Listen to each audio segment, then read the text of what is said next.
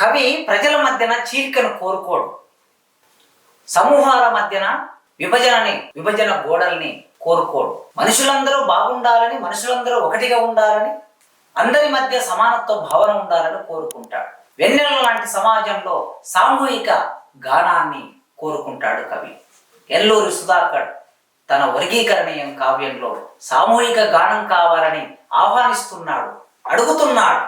తరతరాల నాటి తగవులు మర్చిపోదాం, తరతరాల నాటి తగవులు మర్చిపోదాం, కొత్త తరాల కోసం కొంత ఆలోచిద్దాం.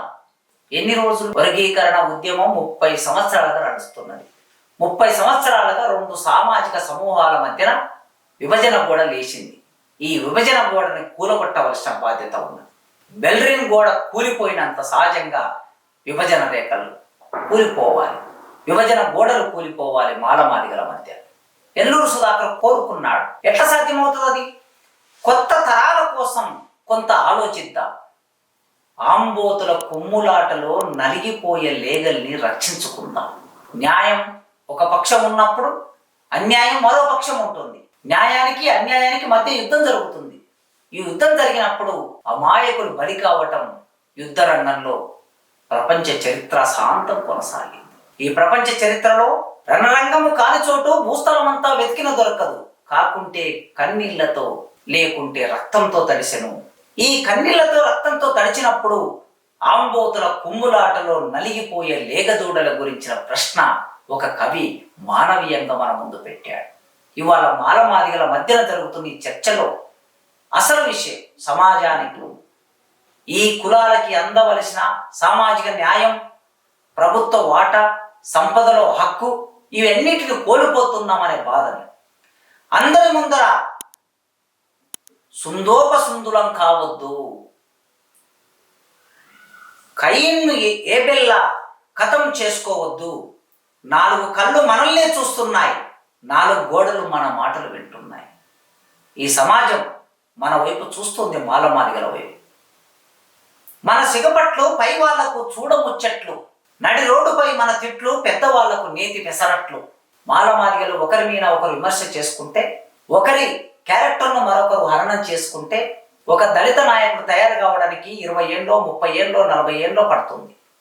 అరుదుగా నాయకులు తయారవుతారు కింది వర్గాల నుంచి.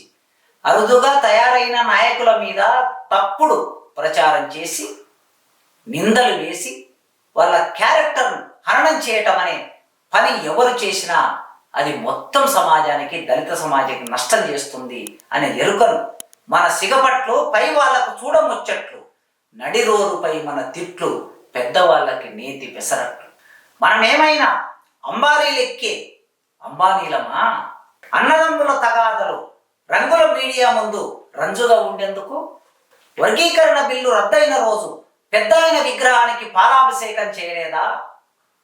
గూడేలన్నీ కుతకుతలాడుతుంటే పీటలన్నీ పండుగ చేసుకోలేదా?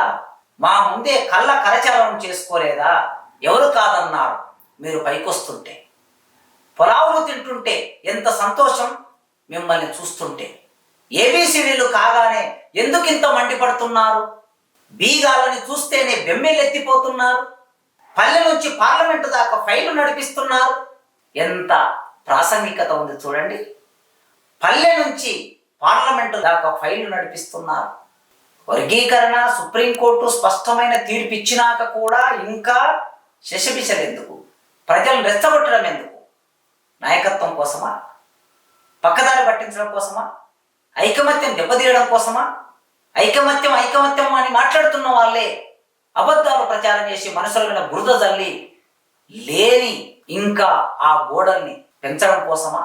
ఇవ్వాలి ఈ సమాజంలో దళితులకి రాజ్యాధికారంలో సమాన భాగస్వామ్యం లేదు, సంపద మీద హక్కు లేదు, భూమి మీద హక్కు లేదు, రిజర్వేషన్ ఫలాన్ని సరిగ్గా అమలు చేసే పరిస్థితి లేదు. కనుక ఈ 2 వర్గాలు కలిసి పోరాటం చేస్తే అంతిమంగా ఈ సంపద మీద హక్కు వస్తుంది.